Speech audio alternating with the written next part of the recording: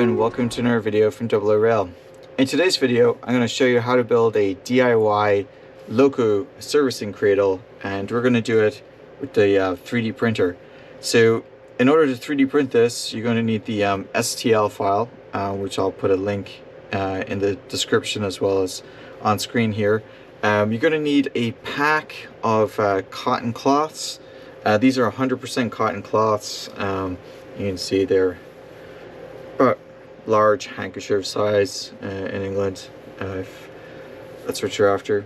I got a pack of, I think, about 10 of them for $9 off of Amazon, so you can probably get them cheaper elsewhere. The other thing you're going to need are magnetic strips. Now I'm using these 6-inch magnetic strips, and they're basically adhesive on one side and magnetic on the other. And the reason that you want this is basically to put things like screws on. So you can see there, as you take your locomotive apart or whatever, and you put your screws on it, it'll help you not lose it. So for example, here are some screws like so. You can see they're not gonna fall off of it. It helps you as you are taking the loco apart. You can put the case screws there, you might put the motor screws here, and so on, and it helps you keep it organized. And these are very simple, just an adhesive strip on the back. You're just going to peel it off and stick it onto the print. So the actual print itself, it's takes a couple hours depending on your printer. If you've got like an Ender 3 or something like that, it might take a couple hours. It took about 2 hours on the V400, so it'll probably take about the same on a Bamboo Labs or something like that. So I've got the STL file. There's a couple of versions. This version is the 240mm version, which goes here. It's also the one with the thinner kind of servicing rail here, where you stick the adhesive stick to, and also where you run the cloth through as well. So there is a one that has a slightly thicker 5mm one, mainly because when I printed this, I realized if someone was a little rough with it, it could snap. So I made it slightly thicker. This has worked out pretty well. And the file also contains one where there's no rail at all. It's just a standard cradle. Now, if you don't have a 3D printer and you don't want to 3D print it, what you can do is you could use some wood, right? So you could get some wood that's roughly these dimensions, and then put some foam on the inside, and off you go. So because I wanted to completely 3D print this, I've actually used TPU, and TPU is this kind of rubbery type material, and these have been printed with like 2% infill, and so you can see there they're super flexible. There's two different types of inserts. There's the insert that goes inside here like so, and then I also have these smaller ones, which you can see there, which are actually designed to hold the loco in place if you're working on a smaller loco. So the idea is that these will get put in place and protect the loco a little bit. And then you can see here, these are slightly smaller, and they're designed to fit in there to hold the loco in a kind of more secure way. Now it's closed off on one side and open on the other, so if you do have a longer locomotive, it should fit in there pretty easily. So all you really have to do is 3D print this, and then 3D print these. I've got 1, 2, 3, 4, 5 of them here. These took about 2 hours or so to print. You have to print TPU fairly slowly on the Soval SV06, and likewise I think these took like maybe a little bit shorter amount of time.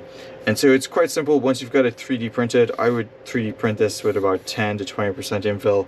The more infill you print it, the heavier this is going to be. I printed this with, I think, 0.2mm layer height. You don't need to do anything kind of fancier than that or more detailed than that. It's just kind of a useful tool. And so the first thing you do is you basically take after it's come off the printer and it's all good, make sure it's cooled. Basically you just remove the adhesive label from this, put it where you want to put it, and then hold it down for a couple of seconds in place. And then once it's in place, it's really not going to go anywhere. You could also get thinner ones and put them here if you really wanted to, but for what I wanted to do, I just have it down here.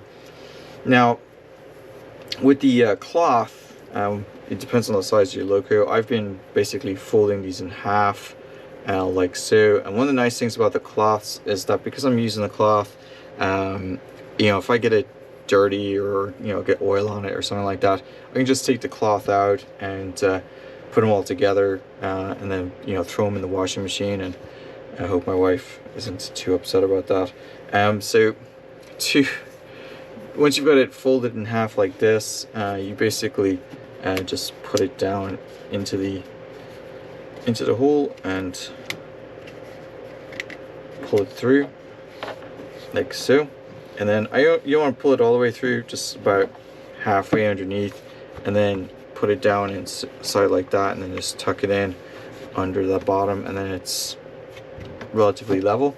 And so you got this all ready to go service your loco. So just take your loco, put it in between, and it's good to go. So whether you're going to take some oil and lubricate it, or whether you're going to go and you know, take something like these Triang, you know, wheel cleaners and clean the wheels, you can go and basically service your locomotive. All right, so the whole thing worked out about £5 and 50p. Just to give you the breakdown, the adhesive strips I got in a pack of 44. This roughly worked out to be about 40 cents US. The rags worked out about $1 each. I probably could have gotten them cheaper somewhere else, but I got them off Amazon. And then filaments, I used TPU, which is very little, and then I used this Hatchbox, I think it was matte black filament. It's PLA. It costs about $25 for a spool of 1 kilogram, and I used about 250 grams to produce this, give or take a few grams. So roughly speaking, it was about £5, £5, 50p or so to do the whole project.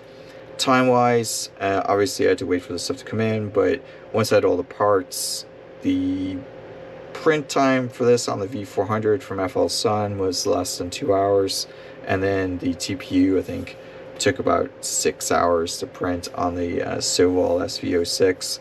So I kind of let the TPU print overnight, and I let this thing print overnight, so when I woke up in the morning it was all ready to go, and I had a Loco servicing cradle.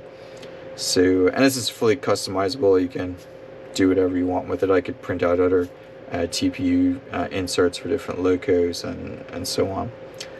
Alright, well I hope you guys found this useful. If you want to build along, the links are in the video. There's also a link in the description so that you can pick up the Loco servicing cradle. I have made there's 3 separate product codes. So there's this one, which is the 240mm version. There's a slightly smaller 200mm version that will print a little bit easier on an Ender 3 and some smaller printers.